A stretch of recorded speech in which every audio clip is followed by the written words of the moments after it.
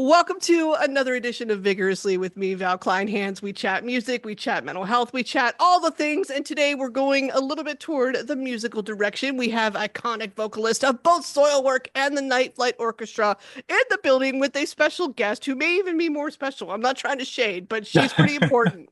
Anna, the Pretty corgi, important. is in here. She's adorable.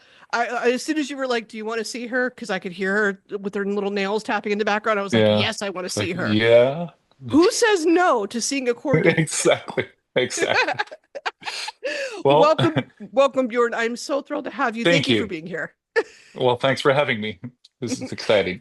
Thank you. Did Did you know that you have one of the best reputations in metal? Because when I was telling folks that I was doing this, they were just as excited for me. Like they were all like, "You're a great Really? guy." Yes, you have a good Cool. Well, reputation. well, that's nice to hear. Yeah, I mean, I'm a pretty easygoing person, and yeah, I know a lot of people and done a lot of touring and had some really great experiences. But of course, I'm very happy to hear that. Yeah. Yeah, and you've built Mm. those relationships over decades. What do you think Yeah. is one of the keys to doing that? Uh, Not be an asshole. I mean, Yeah, it's yeah. pretty simple. But no, I mean, I grew up, starting this band when I was 17 years old, and now I'm gonna be 47 in September.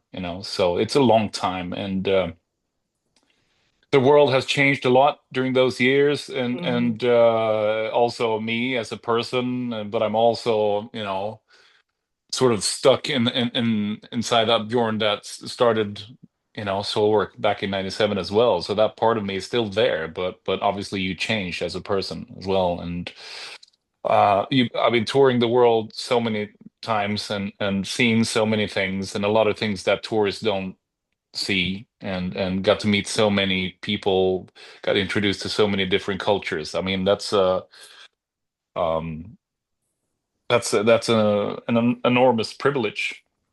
Right. Not everybody can do it. No, no, exactly. So and it has of course changed me as a person, and hopefully for the better, and try to look at the world in a objective way, even though it's hard right now. It's really weird and a scary place. But yeah, we don't have to go too deep into that. But yeah, Yeah. I'm You're sure telling an people can American, relate. we get So it. yes, yes, yeah, yeah. Well, I love that. And I would imagine that that opens to a number of perspectives that you would use in your writing for either project, really. Yeah. And that helps you shape what you do. It helps you shape the tone of what you do. Soil work is what introduced me to you. I've seen you at least twice when you've stopped over with them here in the States over the years. Yeah. And I know the Night Flight Orchestra is where a lot of your focus is right now, given, you're between tours. We got Give Us the Moon out now. There's a Mm, lot of reasons that it took time for this particular album to come out. So I wanted to ask, mm. were you relieved when it finally did? Yeah, I mean it's been what a journey it's been, and obviously the passing of our guitarist David Andersson as well, who's a very close friend. That was really rough. Obviously Right. he died way too young, and yeah, extremely sad. And but he's definitely leaving a legacy behind him, and that was something that we wanted to sort of carry on somehow. And so it's been a really how can I say challenging journey, and considering he was one of the main songwriters as well, so we needed Mhm. to take some extra time and sort of take his world with us, when composing, but also really stand on our own feet. And I don't think I've ever been digging deeper than this, creating an album and worked harder. It's been so much fun. It's been dark, it's been fun, it's been there's been a lot of tears as well, and returning to the same studio where we always been, feeling kind of empty when with David not being there. But after a while, we managed to turn it into something really creative and positive, and we knew we had a big challenge on our hands, but I'm extremely proud to say that we we put out something really special, with Give Us the Moon, and I don't think we could have done any better. Um, Right. so I feel we've done everything we can, and that's a great feeling, coming out on the other side. But we needed some extra time, and I think it was a good thing. Yeah, I mean, I'm sure when people listen to the album, you can hear it's really like an explosion of emotions running through it. You know? Yes, it's Yeah. lyrically it's very uplifting, but you also do Mm. it in a way where you don't shy away from tough subjects. We'll take No, Paloma for exactly. example. Like Yeah. Paloma's one of my favorites. It does detail a toxic relationship between like a flight Yes. attendant and a pilot. And I mean, for somebody that I love reality TV and drama a little bit too, whenever I Yeah. need to a little bit of escape. So that was kind of fun for me in that same vein. And the lyrics suggest to me that Polona does finally like move on from the pilot and she's good. She ends up with a better life. But I mean, did she really leave him? Is that where Yes. we went? Yes, she Yes. did. In real life? 100%. Okay. Actually, just 2 days ago, I got to know that she met somebody new. Oh, great. Yeah, who Okay. seems to be really, really nice. And yeah, I think he's actually an American basketball player. Oh, That's what I heard. Yeah, so it's interesting, like somehow playing for an Italian team because our friend is from Italy. My wife is Italian, and so it's mm. one of her best friends. So her name is not Oh, Paloma in real life, right. but I wanted to use a different name because I found the name. I don't know if you heard this story, but we were playing on a Spanish festival in Alicante, and on the way home on the flight, there was a flight attendant, and her name was Paloma, and right there it was like that's the name, that's the name. And then I Mm. started writing the lyrics in the air on the way home, telling the story of our friend. So yeah, but she has moved on, moved to her own place, and found somebody new. So yeah, Okay, it's a good good. thing. Yeah. I'm glad we have a happy ending there. And Yes. I was wondering about something else too, because I don't know that a lot of people are aware of this, and you hit on this a little bit ago. David was also a session worker for Soilwork back before, if I'm not mistaken, Yes. right? I Yeah, thought so. that's how we met. That's how we met. Yeah. Yeah, so this goes deep, that relationship with him, and you included, more detail on that. But so all the way back then, when you were getting to know him as a session player, you were getting to know what he could do musically. Did you have any Mm. clue that one day you two would come together on a classic rock project because that was where his interest lied as well? Mm. I think I knew it by the end of that tour that we actually met, for the first time, and he was the session player.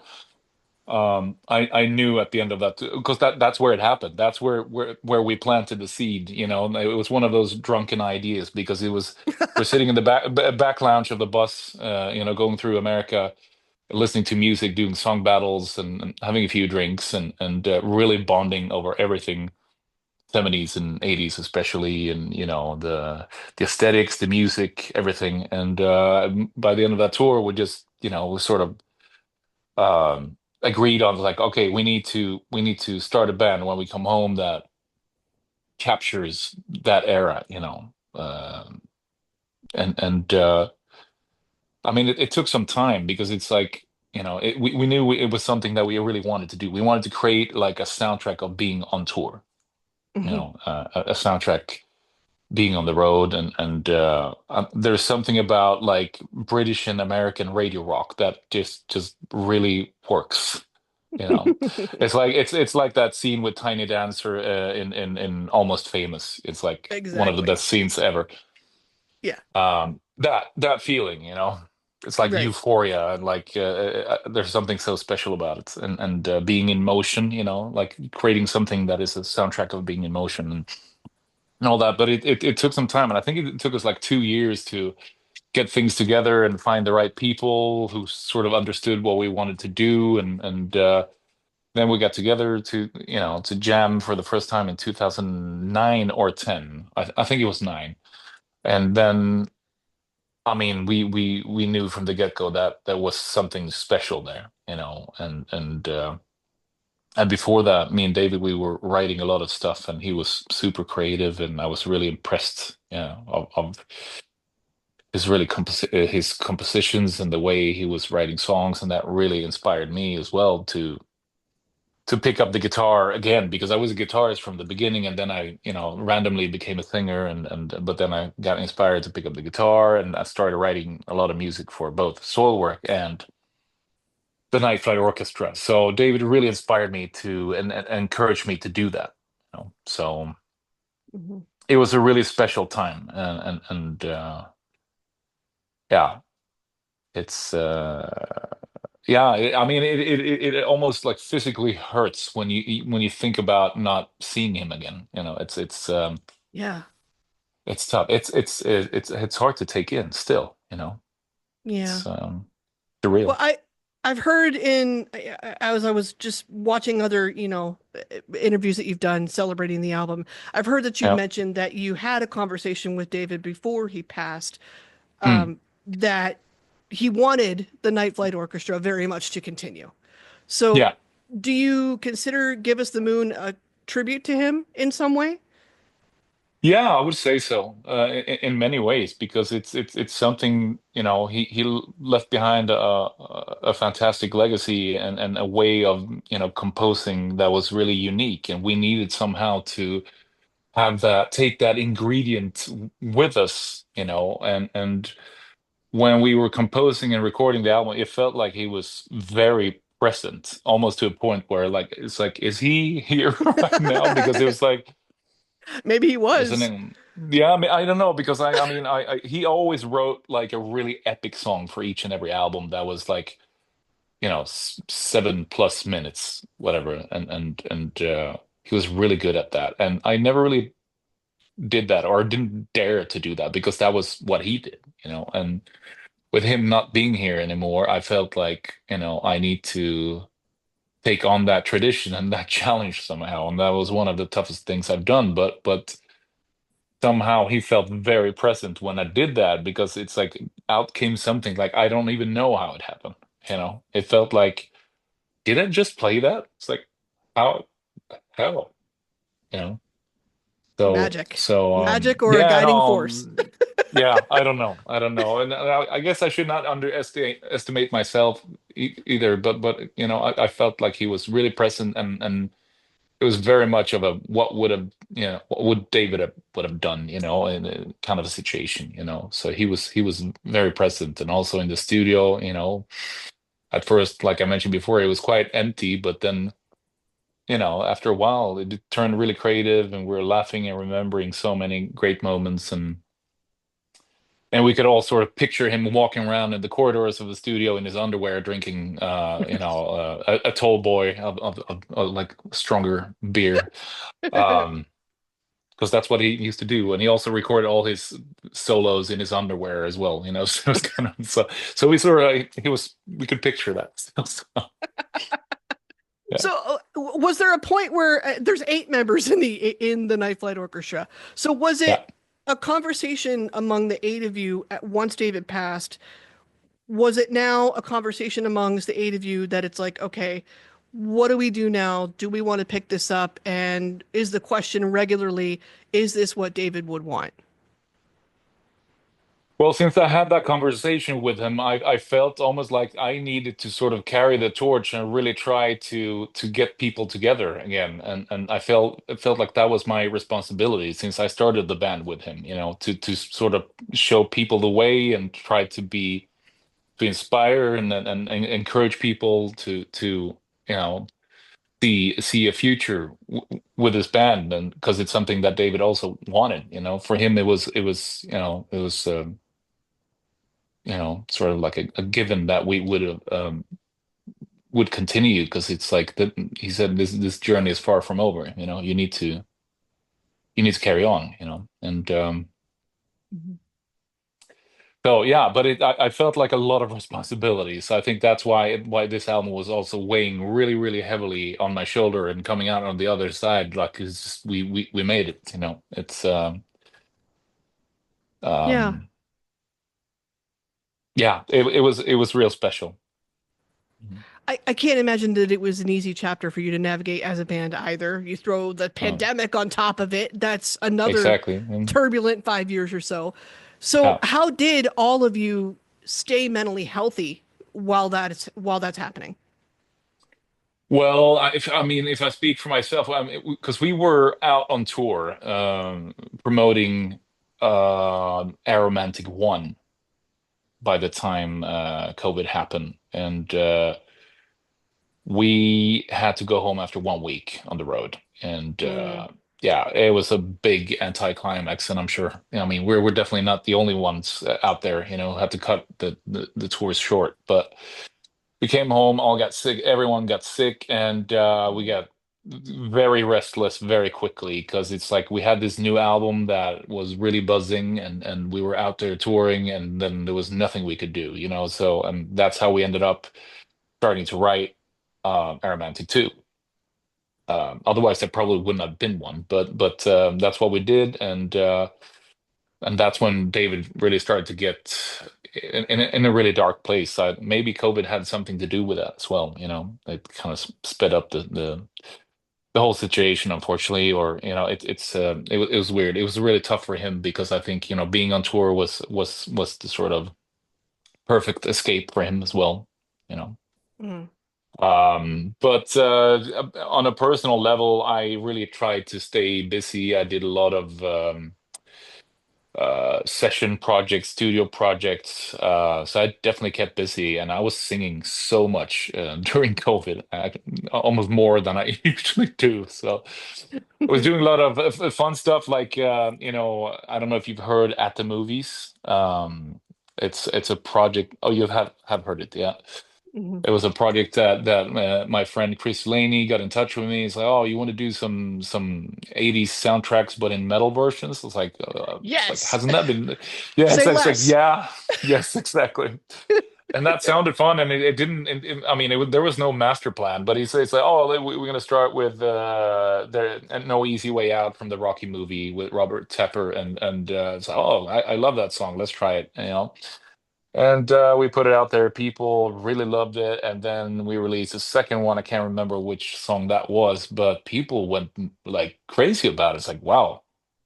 And to a point where people were, waiting around every Thursday, being really excited. It's like, oh, I wonder what's going to be next.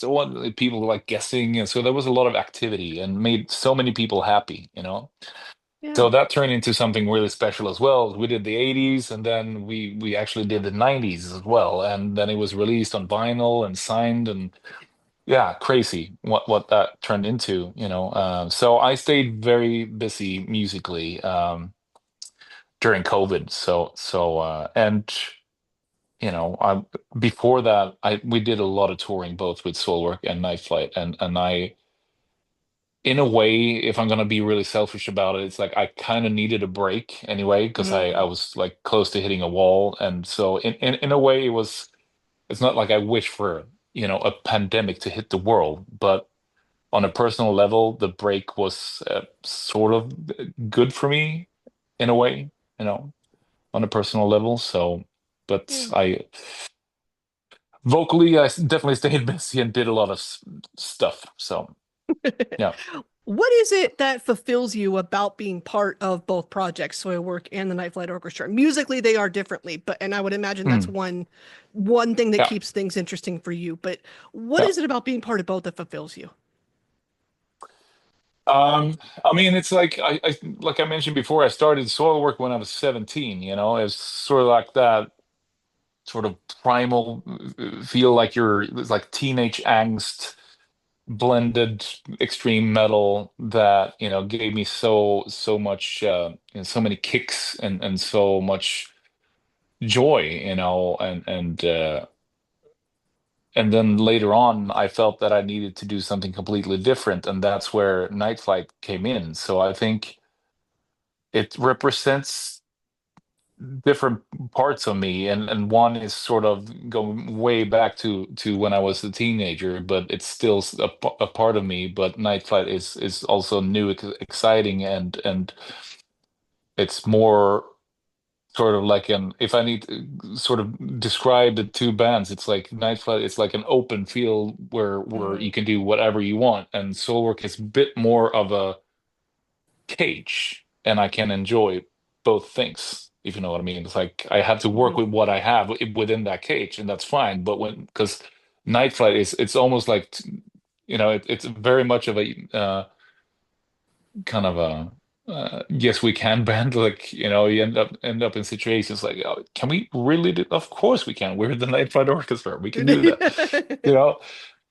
and that doesn't necessarily mean that it's going to turn into something great every time, but pretty often it does. At least Yes. I'd like to think so.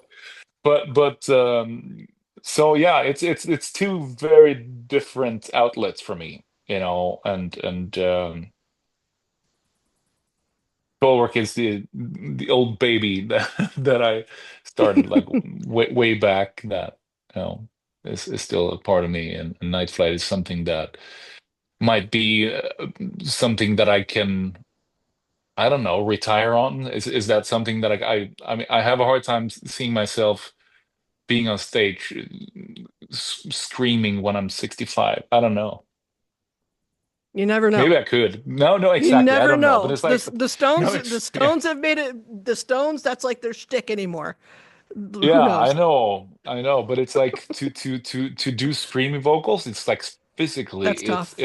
Yeah. it's a lot. Yeah, Yeah, I learned a little bit about that struggle. I mean, I'm not a musician, but I've at least heard from the perspective of other vocalists that I follow, particularly like Rob Flynn with Machine Head. I know he's had some issues with his throat and yeah, overcoming some of that and kind of changing Machine Head's sound a little bit to accommodate yeah, that, which you have to get creative sometimes. And I'm sure for him, that keeps things interesting after his decades-long career as yeah, well.